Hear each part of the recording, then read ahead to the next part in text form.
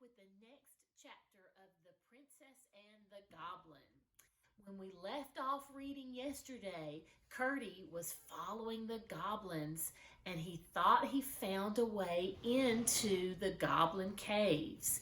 So let's pick back up and see what happens from there. Chapter 9 is called The Hall of the Goblin Palace. A sound of many soft feet followed, but soon ceased. Then Curdie flew at the hole like a tiger and tore and pulled. The sides gave way, and it was soon large enough for him to crawl through. He would not betray himself by rekindling his lamp, but the torches of the retreating company, which he found departing in a straight line up a long avenue from the door of their cave, threw back light enough to afford him a glance around the deserted home of the goblins.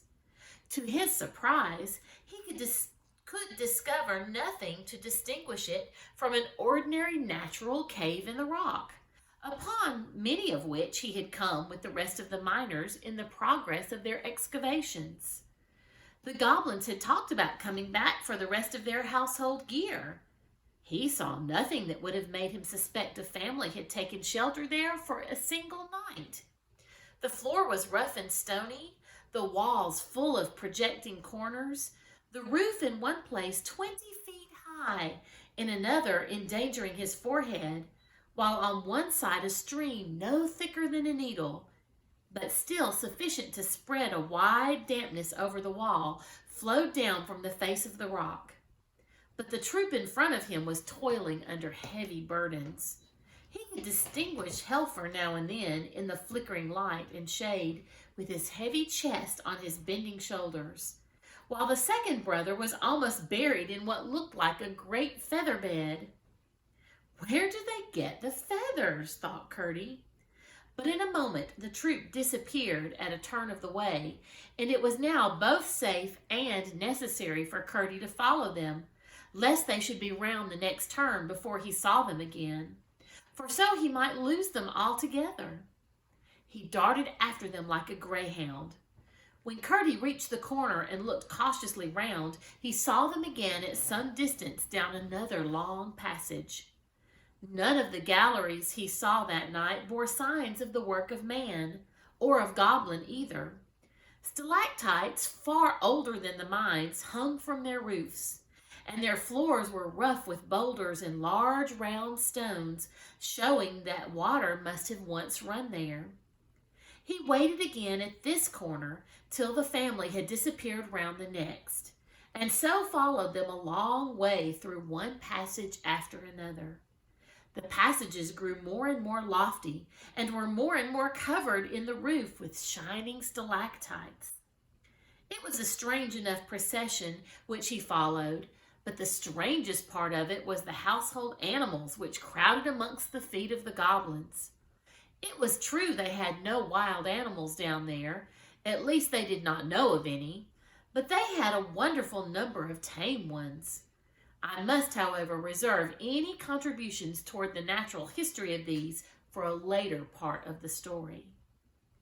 At length, turning a corner too abruptly, he almost rushed into the middle of the goblin family, for there they had already set down all their burdens on the floor of a cave, considerably larger than the one they had left. They were as yet too breathless to speak, or else Curdie would have had warning of their stopping. He started back, however, before anyone saw him, and retreating a good way, stood watching till the father should come out to go to the palace.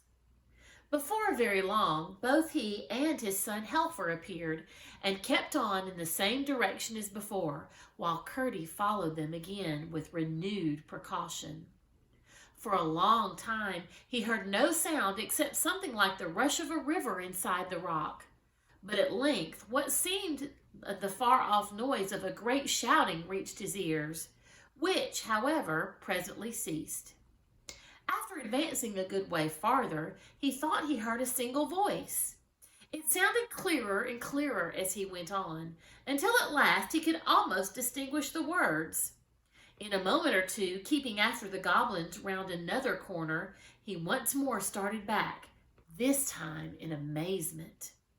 He was at the entrance of a magnificent cavern of an oval shape, once probably a huge natural reservoir of water, now the great palace hall of the goblins. It rose to a tremendous height, but the roof was composed of such shining materials, and the multitude of torches carried by the goblins who crowded the floor lighted up the palace so brilliantly that Curdie could see to the top quite well. But he had no idea how immense the place was until his eyes got accustomed to it, which was not for a good many minutes. The rough projections on the walls and the shadows thrown upwards from them by the torches made the sides of the chamber look as if they were crowded with statues upon brackets and pedestals, reaching in irregular tiers from floor to roof. The walls themselves were, in many parts, of gloriously shining substances, some of them gorgeously colored besides, which powerfully contrasted with the shadows. Curdie could not help wondering whether his rhymes would be of any use against such a multitude of goblins as filled the floor of the hall, and indeed he felt considerably tempted to begin his shout of 1, 2, 3, but as there was no reason for routing them, and much reason for endeavoring to discover their designs, he kept himself perfectly quiet, and peering around the edge of the doorway, listened with both of his sharp ears. At the other end of the hall, high above the heads of the multitude, was a terrace-like ledge of considerable height, caused by the receding of the upper part of the cavern wall. Upon this sat the king and his court. The king on a throne hollowed out of a huge block of green copper ore, and his court upon lower seats around it. The king had been making them a speech, and the applause which followed it was what Curdie had heard. One of the court was now addressing the multitude. What Curdie heard him say was to the following effect.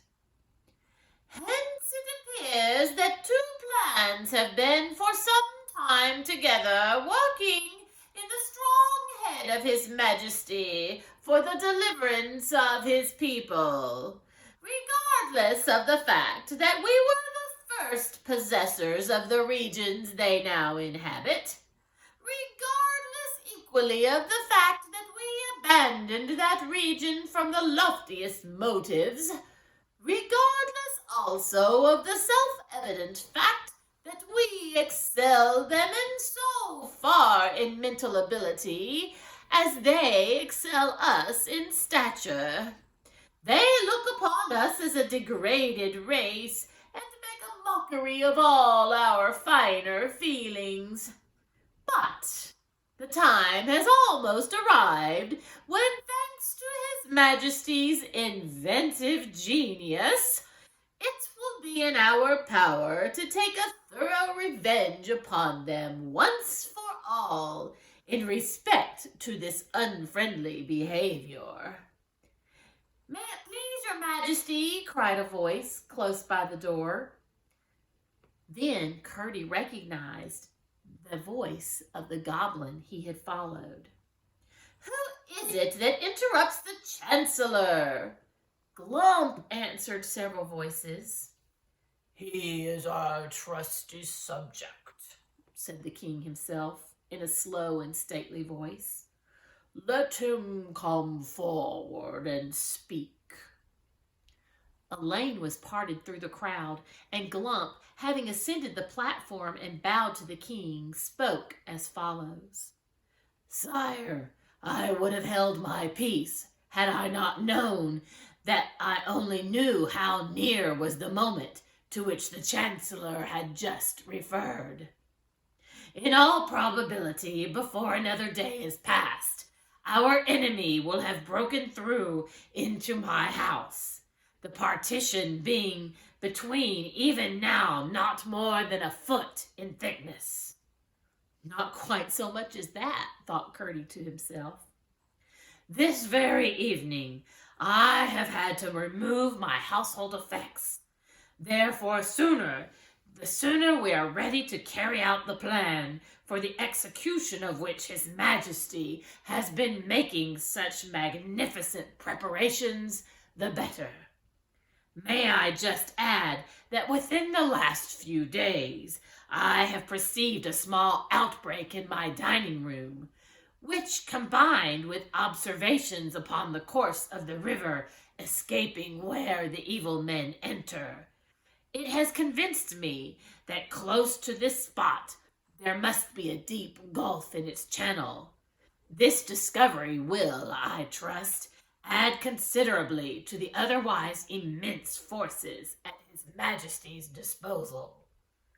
Gump ceased, and the king graciously acknowledged his speech with a bend of his head. Whereupon Glump, after a bow to his majesty, slid down amongst the rest of the undistinguished multitude. Then the chancellor rose and resumed. "The information which the worthy Glump has given us," he said, "might have been of considerable import at the present moment, but for that other design already referred to, which naturally takes precedence.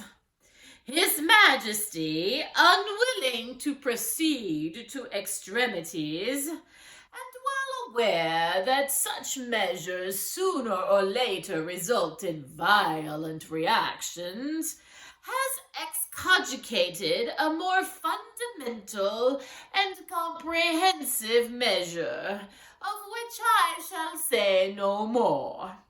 Should His Majesty be successful, then a peace, all to the advantage of the Goblin Kingdom, will be established for a generation at least, rendered absolutely secure by the pledge which His Royal Highness the Prince will have and hold for the good behavior of her relatives. Should His Majesty fail, which who should even dare to imagine in his most secret thoughts, then will be the time for carrying out with rigor the design to which Glump referred, and for which our preparations are even now all but completed. The failure of the former will render the latter imperative." Curdie, perceiving that the assembly was drawing to a close, and that there was little chance of either plan being more fully discovered, now thought it prudent to make his escape before the goblins began to disperse, and slipped quietly away. There was not much danger of meeting any goblins, for all the men, at least, were left behind him in the palace. But there was considerable danger of his taking a wrong turn, for he had now no light, and had therefore to depend upon his memory and his hands. After he left behind him the glow that issued from the door of Glump's new abode, he was utterly without guide, so far as his eyes were concerned. He was most anxious to get back through the hole before the goblins should return to fetch the remains of their furniture.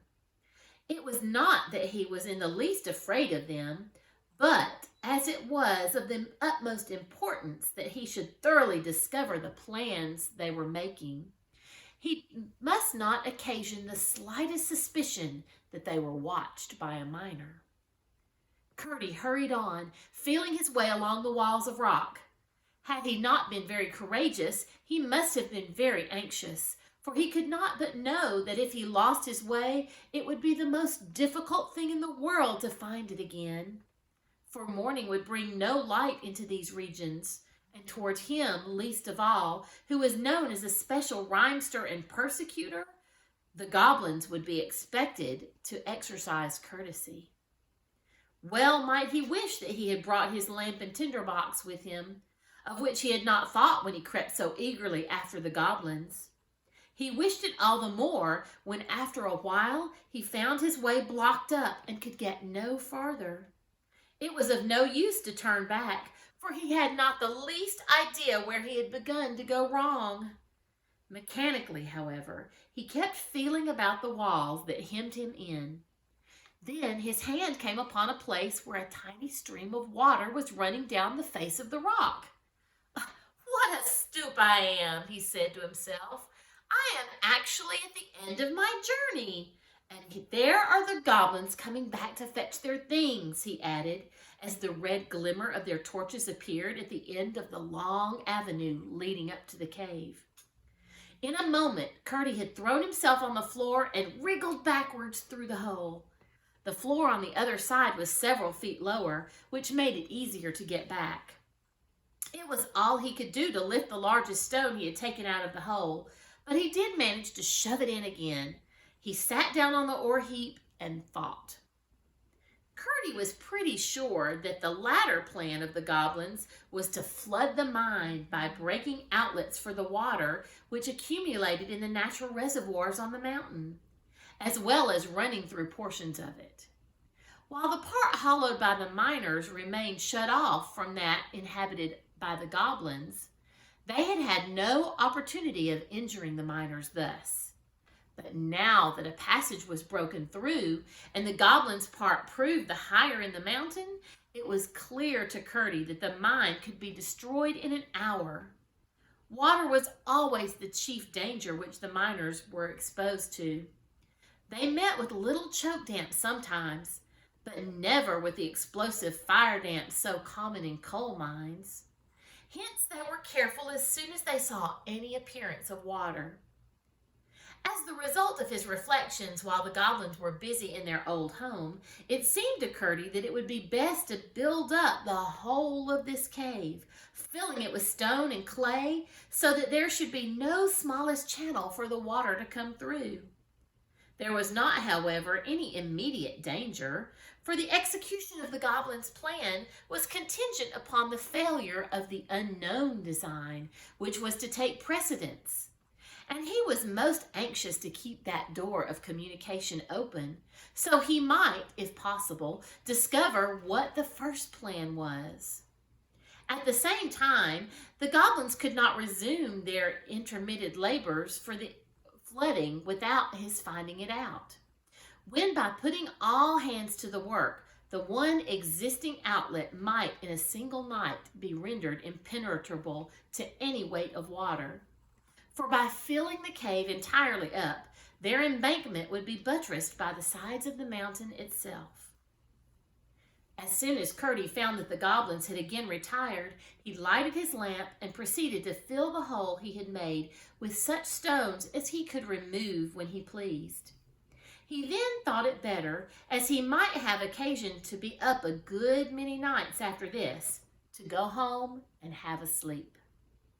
How pleasant the night air felt upon the outside of the mountain after what he had gone through in the inside of it.